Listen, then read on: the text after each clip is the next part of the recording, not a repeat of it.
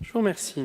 Nous passons à la question de Madame Véronique Améraire à Monsieur le ministre d'État, ministre de la Transition écologique et solidaire. Chers collègues, vous avez la parole. Merci, Monsieur le Président, Madame la Ministre. Le 1er février 2018, Monsieur Nicolas Hulot a lancé un groupe de travail sur la méthanisation. Ce groupe de travail avait vocation à définir des orientations politiques et des mesures pour permettre le développement de cette filière. Ainsi émerge comme objectif l'accélération des projets de méthanisation, ceci afin de, je cite, « faire baisser les coûts de production et développer une filière française ». Cette proposition s'appuie sur plusieurs moyens, dont la généralisation de la méthanisation des boues de grandes stations d'épuration et l'élargissement des gisements pour la méthanisation. Le dossier de presse établi rappelle le potentiel méthanogène important de ce type de projet en ce qu'il représente un fort gisement. En outre, le même document rappelle que les mélanges d'intrants deviendront donc possibles parce qu'ils sont nécessaires à la bonne performance de la méthanisation, mais seulement dans des conditions de sécurité renforcées pour les terres agricoles en cas d'épandage du digestat. Pourtant, certaines structures volontaires pour développer ce type de méthanisation n'obtiennent pas les autorisations nécessaires. Pour ma part, je suis convaincue que des expérimentations reposant sur le principe de précaution avec des critères précis nous permettraient d'avoir un positionnement clair sur le sujet.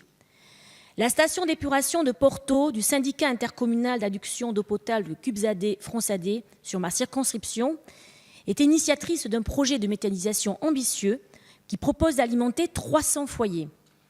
Situé dans un territoire sans autre méthaniseur concurrentiel, son projet s'appuie sur un approvisionnement local des biodéchets avec un taux maximal défini. Ces critères, ajoutés à l'obligation de contrôle des méthaniseurs, je le répète bien, à un encadrement et une autorisation du retour au sol via un plan d'épandage, permettraient d'expérimenter en toute sécurité la méthanisation par mélange des boues avec des intrants. Comme vous, je partage l'idée que la nécessaire transition écologique et solidaire doit s'appuyer sur des solutions locales et respectueuses du principe de précaution. L'expérimentation permet, me semble-t-il, l'innovation en la matière.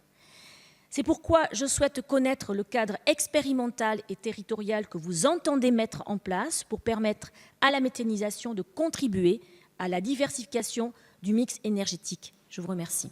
Mesdames, Messieurs les députés, Madame la députée Véronique Améraire, vous attirez fort justement mon attention sur les difficultés que rencontrent certains porteurs de projets de méthaniseurs qui souhaitent pouvoir les alimenter en mélangeant des déchets alimentaires produits par les ménages et des boues de stations d'épuration.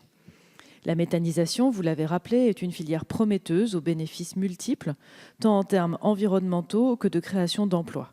La production de biogaz doit effectivement prendre une part importante dans la transition énergétique, en s'appuyant notamment sur l'obligation de généralisation du tri à la source des biodéchets, qui a été avancée à fin 2023 par la révision de la directive européenne relative à la gestion des biodéchets. En effet, ces biodéchets représentent un potentiel de valorisation élevé. Leur tri à la source est indispensable pour une valorisation sous forme de méthanisation, puis de réutilisation comme fertilisant de qualité élevée. En conséquence, la filière dispose à la fois d'un soutien fort du gouvernement et d'un cadre réglementaire adapté aux enjeux.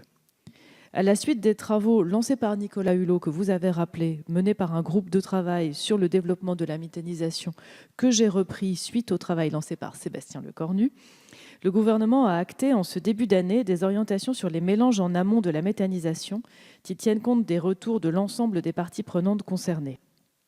Il ressort de ces orientations que le mélange de boue issu de différentes stations d'épuration sera rendu possible, alors qu'il est interdit à ce jour, sauf à obtenir une dérogation du préfet après une procédure administrative souvent trop lourde. Il est aussi prévu de faciliter le mélange de ces boues avec d'autres déchets organiques similaires, issus de l'assainissement, qui représentent un potentiel de développement de la méthanisation non négligeable. Cette mutualisation facilitée entre plusieurs stations d'épuration permettra en outre de contribuer à la diversification des ressources de production d'énergie renouvelable. Cependant, le mélange de boue issu de stations d'épuration urbaines avec des biodéchets n'apparaît pas pertinent au regard de la montée en puissance d'une filière autonome des biodéchets, qui permet un usage de qualité, présente des garanties plus élevées en matière de prévention des pollutions et donc une valeur économique accrue pour les digestats qui en sont issus. C'est d'ailleurs pour ces raisons que la nouvelle directive cadre européenne sur les déchets de 2018 interdira de tels mélanges d'ici à quelques années. Il n'apparaît donc pas pertinent de permettre l'émergence de projets de méthanisation dont le modèle économique serait uniquement basé sur le mélange de boues de stations d'épuration et de biodéchets, alors que cette pratique sera à terme proscrite au niveau européen. Tout projet de méthanisation, en revanche, fondé essentiellement sur des boues de stations d'épuration ou lié à une activité agricole, peut être soutenu.